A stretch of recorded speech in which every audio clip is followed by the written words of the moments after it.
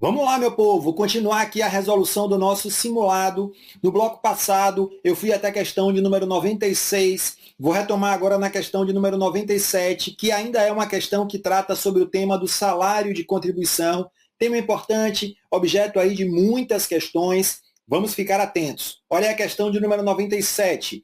De acordo com a jurisprudência recente do STF, o adicional de um terço de férias, quando relativo a férias gozadas, integra o salário de contribuição. A questão está certa, pessoal. As férias gozadas, assim como o adicional de um terço de férias, integram o salário de contribuição, integram a base de cálculo das contribuições previdenciárias. Já as férias indenizadas, assim como o adicional de um terço relativo a essas férias indenizadas, elas não integram o salário de contribuição. Férias indenizadas são aquelas férias pagas no momento da rescisão do contrato de trabalho. Temos as férias proporcionais e as férias integrais. Aquele período de férias que não pôde ser gozado pelo trabalhador, ele é convertido em dinheiro e o trabalhador é indenizado daquele valor. Como o próprio nome diz, parcela de natureza indenizatória que não integra, portanto, a base de cálculo da contribuição, não integra o salário de contribuição. Tranquilo? Olha lá, avançando, questão 98. José trabalha na empresa X e recebe um salário mensal de R$ 4.000. Além do salário, a empresa paga a mensalidade escolar do filho de José, estudante do ensino médio, no valor mensal de R$ 500. Nesta hipótese, o salário de contribuição de José será de R$ 4.500. Essa eu considero uma questão um pouco mais difícil, exige uma atenção ao detalhe. No fundo, o que a questão quer saber é o seguinte: ele recebe um salário de 4.000 e a empresa oferece uma outra vantagem para ele. Qual é? A empresa paga a mensalidade da escola do filho desse trabalhador no valor de R$ 500. O que a gente quer saber é, esse valor de R$ 500 integra o salário de contribuição? Integra a base de cálculo das contribuições? Não, a resposta é não, ele não integra. Por quê? Vejam o que diz lá a linha T do parágrafo 9º do artigo 28 da Lei 8.212. O valor relativo a plano educacional ou bolsa de estudo que vise a, olha só, educação básica de empregados e de seus dependentes, que é o caso aqui, porque o ensino médio compõe a educação básica, tá?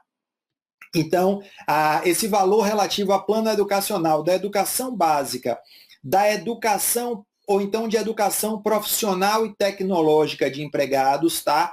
Eles não vão integrar o salário de contribuição. Lembrem-se disso. O valor relativo a plano educacional pago pela empresa, desde que se trate de educação básica, paga ao empregado ou ao seu dependente, ou então de educação profissional e tecnológica de empregados, ele não integra o salário de contribuição. Agora, desde que não seja utilizado em substituição de parcela salarial, ok, não tem nada na questão que nos leve a entender que houve essa substituição, então atende a esse primeiro requisito.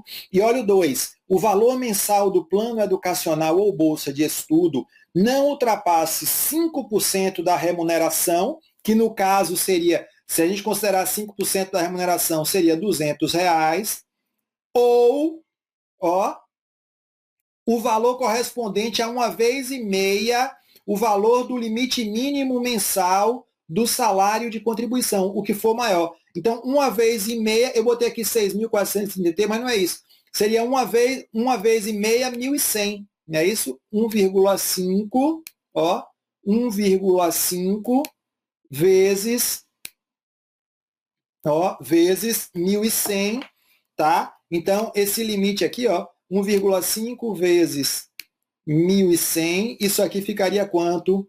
Ó, 1.650. Então, a própria lei estabelece dois limites. Qual seria o limite? 5% da remuneração do trabalhador, que nesse caso seria 200.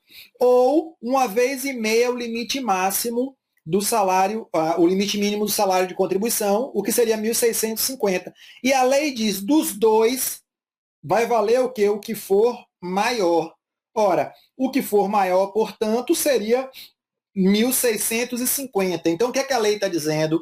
Que, nesse caso, se o valor da educação, da parcela relativa ao plano educacional, fosse de até 1.650, não se destinasse a substituir parcela salarial, ok, ele não integraria o salário de contribuição. Então está correto. Aqui não há nada que indique que houve substituição e o valor é de R$500, logo é inferior aos 1.650. Então quer dizer o quê? Que o salário de contribuição aqui de José será de 4.500? Não, o salário de contribuição será de apenas R$4.000, por quê? Porque a parcela relativa à educação não integra, uma vez que está sendo paga dentro dos limites estabelecidos pela lei. Tranquilo, galera? Então, ó, essa questão está errada. Eu considero essa uma questão de um nível um pouco mais difícil, exige aí um pouco mais de conhecimento, mas dá para resolver totalmente dentro da legislação. Questão 98, portanto, está errada. Vamos lá para a questão de número 99. De acordo com a Lei 8.212, os prêmios e os abonos não integram o salário de contribuição. A questão está certa, isso está expresso lá na linha Z do parágrafo 9º do artigo 28 da Lei 8.212, tá? Prêmios e abonos não integram o salário de contribuição, não integram a base de cálculo das contribuições previdenciárias. Os valores que integram a base de cálculo são os valores que têm natureza remuneratória, que se destinam a retribuir o trabalho, e os ganhos habituais. Os prêmios e os abonos expressamente estão excluídos do salário de contribuição, não integram o salário de contribuição. Questão 99, portanto, está correta. Avançando, olha aí a questão de número 100. Em determinado mês, um segurado empregado recebeu salário de 3.000 e diárias para viagem no valor de 2.000. Nessa hipótese, as diárias para viagem integram o salário de contribuição.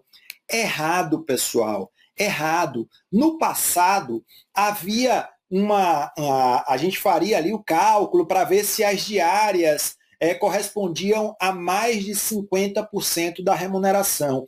Hoje, isso não é mais necessário. Não importa qual tenha sido o valor das diárias para viagem, elas não integram o salário de contribuição. Diárias para viagem não integram o salário de contribuição. Perfeito? Vamos avançando. Questão 100, portanto, está errada. Olha aí a questão 101. As importâncias pagas a título de vale-transporte não integram o salário de contribuição, ainda que sejam pagas em pecúnia. A questão está certa. Ainda que sejam pagas em pecúnia, quer dizer, ainda que seja pago em dinheiro, aquele valor correspondente ao vale-transporte que se destina a custear a ida e a volta do trabalhador, a ida para o trabalho e a volta do trabalho para casa, essa é uma parcela que não integra o salário de contribuição. O STF tem decisão expressa onde ele afirma que, mesmo que o vale-transporte seja pago em dinheiro, ele não integra o salário de contribuição. Usualmente, o segurado ele vai receber ou o ticketzinho, o vale em papel, ou, na maioria das cidades hoje, já tem ali o cartão magnético, tá? Que ele recebe com a carga já das passagens do mês. Mas ainda que não seja assim, ainda que ele receba do patrão o valor correspondente ao transporte, que ele receba esse valor em dinheiro, o STF já entende que não incide contribuição sobre esse valor, porque o fato de ter sido pago em dinheiro não muda a natureza daquilo que está sendo pago, continua sendo vale transporte, continua sendo uma parcela de natureza indenizatória que não representa, sob a ótica do trabalhador, um acréscimo patrimonial, configura apenas uma indenização, um ressarcimento pelas despesas que ele vai ter para ir e voltar ao trabalho. Ok? Então, questão 101 está certa. Vamos lá para a questão de número 102. Que trata já aí das contribuições devidas pelos segurados. Quando um segurado contribuinte individual presta serviço a uma empresa, cabe à empresa efetuar o desconto da contribuição devida pelo segurado, cuja alíquota será de 20%. A questão está errada, pessoal. Eu coloquei essa tabela para a gente relembrar, porque o contribuinte individual, quando ele presta serviço por conta própria, aí sim a alíquota é de 20% e cabe ao próprio segurado efetuar o recolhimento. Porém, quando o contribuinte individual presta serviço a uma empresa, tal qual previsto na questão, a alíquota da contribuição previdenciária por ele devida é de 11%. E a empresa, cabe à empresa efetuar o desconto da contribuição devida pelo segurado e, posteriormente, recolher esse valor à Previdência Social. Então, está errada a questão, porque a alíquota, quando o contribuinte individual presta serviço à empresa, a alíquota não é de 20%, a alíquota é de 11%. Tranquilo, galera? Vamos nessa. Questão de número 103. As contribuições previdenciárias devidas pelo segurado especial incidem sobre a receita bruta de comercialização da produção rural. Tá certo, até aí tudo ok. Vamos lembrar, segurado especial é aquele pequeno produtor rural, é aquele pescador artesanal, é aquela pessoa que desenvolve a sua atividade em regime de a pessoa que desenvolve atividade de extrativismo vegetal, pessoas que trabalham sozinhas ou então em regime de economia familiar, assim entendido aquele regime onde o trabalho dos membros da família é essencial à manutenção das atividades. Esse é o segurado especial. Como é que é o recolhimento dele para a Previdência? Incide sobre a receita bruta de comercialização da produção, mas olha lá quais são as alíquotas: 1,2% mais 0,1%. Essas são as alíquotas das contribuições devidas pelo segurado especial e também pelo produtor rural pessoa física com empregados. No caso do produtor rural pessoa jurídica, a alíquota seria de 1,7 mais 0,1. E no caso da agroindústria, 2,5 mais 0,1. Então, a questão está errada por quê? Porque não é 2%. Esse percentual aqui seria de quanto? Seria de 1,2%. Perfeito, meus amigos? Então, prestem atenção nisso aí. Questão 104. O contribuinte individual que preste serviços por conta própria, sem relação de trabalho com empresa ou entidade a ela equiparada, poderá recolher contribuição previdenciária mensal no valor de 11% sobre o salário mínimo. Está certa essa questão. Isso está previsto lá no parágrafo 2º do artigo 21 da Lei 8.212. É o chamado Sistema Especial de Inclusão Previdenciária. Se ele abre mão do direito à aposentadoria por tempo de contribuição, ele vai pagar, ele pode pagar uma contribuição que será de 11% sobre o salário mínimo. Observe, regra geral, qual seria a contribuição devida por ele? Seria de 20%, 20% sobre o seu salário de contribuição. Lembrando que o salário de contribuição corresponderia aqui ao valor do rendimento que ele obtivesse em função do seu trabalho. Essa aqui, pessoal, seria o quê? Essa seria a regra geral, tá? Essa é a regra geral. Agora, olha lá. Essa é a regra geral.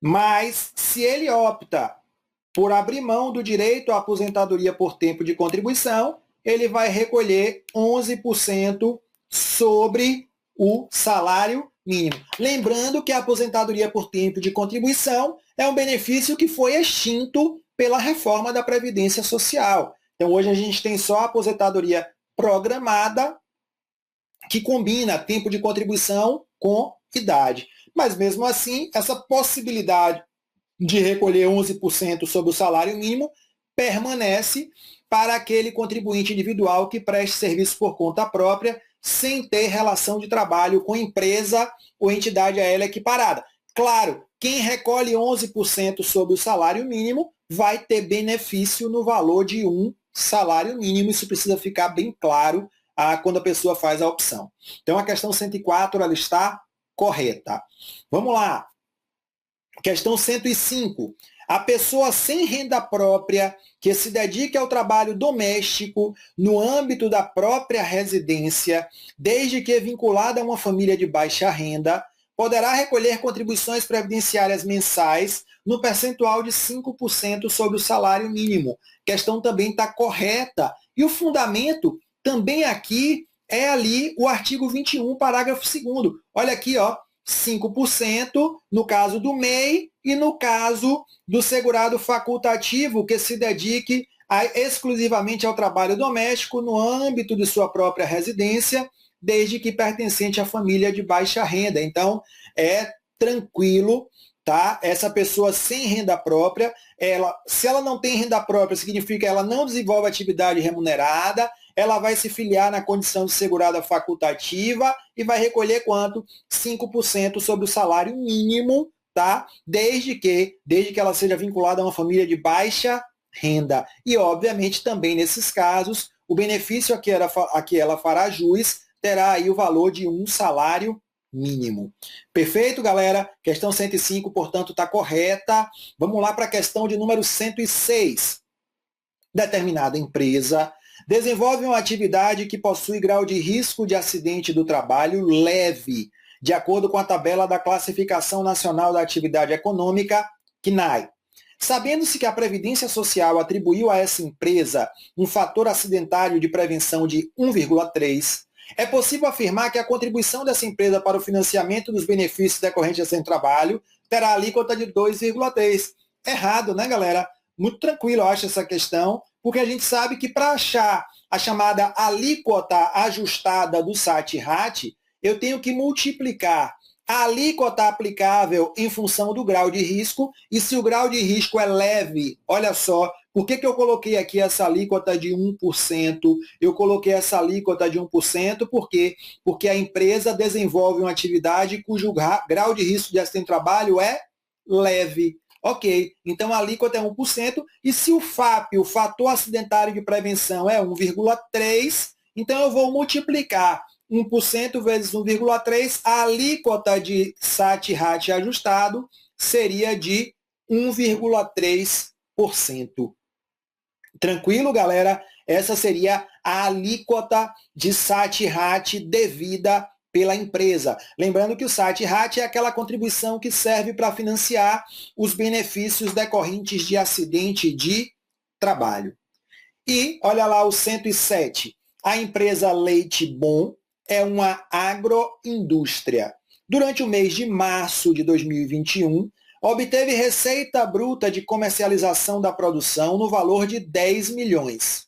Nessa hipótese, é possível afirmar que as contribuições previdenciárias patronais devidas por essa agroindústria serão de 260 mil. Certinho, galera. Por quê? Porque, olha só, a alíquota da contribuição previdenciária devida pela agroindústria é de 2,6% sobre a receita bruta de comercialização da sua produção. A gente viu agora há pouco, segurado especial, 1,2 mais 0,1. É a contribuição, é a alíquota da contribuição dele sobre a receita bruta de comercialização da produção rural. Isso vale para o segurado especial e para o produtor rural pessoa física. Produtor rural pessoa jurídica, 1,7 mais 0,1. E no caso da agroindústria, 2,5 mais 0,1, que dá justamente esses 2,6%. Fechado? Questão 107, portanto, está correta. Olha aí a questão de número 108. A contribuição previdenciária patronal devida pela associação desportiva que mantém a equipe de futebol profissional incide sobre a receita bruta dos espetáculos desportivos de que participe em todo o território nacional, de qualquer modalidade desportiva, inclusive jogos internacionais. Tá certo, galera, certíssimo. Isso está previsto lá no parágrafo 6º do artigo 22. Nós sabemos que essa é uma das bases de cálculo, não é a única, porque além de pagar a contribuição de 5% sobre a receita bruta dos espetáculos desportivos, a entidade ela também vai pagar contribuição sobre a receita de patrocínio, licenciamento e uso de marca, transmissões de espetáculos desportivos. Então, aí também sobre essas receitas incidirá a alíquota de contribuição de 5%. Questão 108, portanto, está correta. Olha aí a questão de número 109. 50% da receita de leilões de bens apreendidos pela Receita Federal do Brasil constitui receita da Seguridade Social. A questão está errada e essa é uma pegadinha, meus amigos, muito comum, tá? Nesse caso aqui, ó, o percentual, por que a questão está errada? Porque esse percentual aqui não é de 50%. Esse percentual aqui, ele é de 40%. Ok? Então, percentual de 40%, questão está errada. 50% é dos valores obtidos lá na forma do artigo 243, né?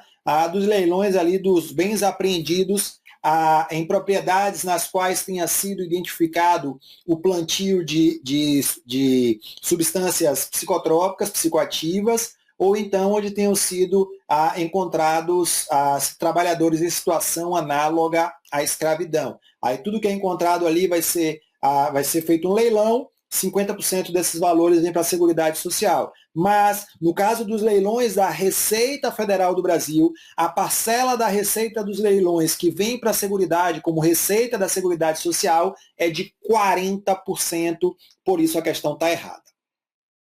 Avançando, vamos lá finalizar com a questão 110, que diz o quê? Das decisões do INSS nos processos de interesse dos beneficiários, caberá recurso para o Conselho de Recursos da Previdência Social. A questão está correta. Se um segurado, por exemplo, requer um auxílio por incapacidade temporária, o INSS nega o benefício, esse segurado tem o direito de recorrer ainda na esfera administrativa, para o órgão que é o Conselho de Recursos da Previdência Social, o chamado CRPS. O CRPS ele é composto por 29 juntas de recurso, as chamadas JR, e tem 4 câmaras de julgamento, as CAGE. As CAGE ficam em Brasília, as JR ficam nas unidades da federação.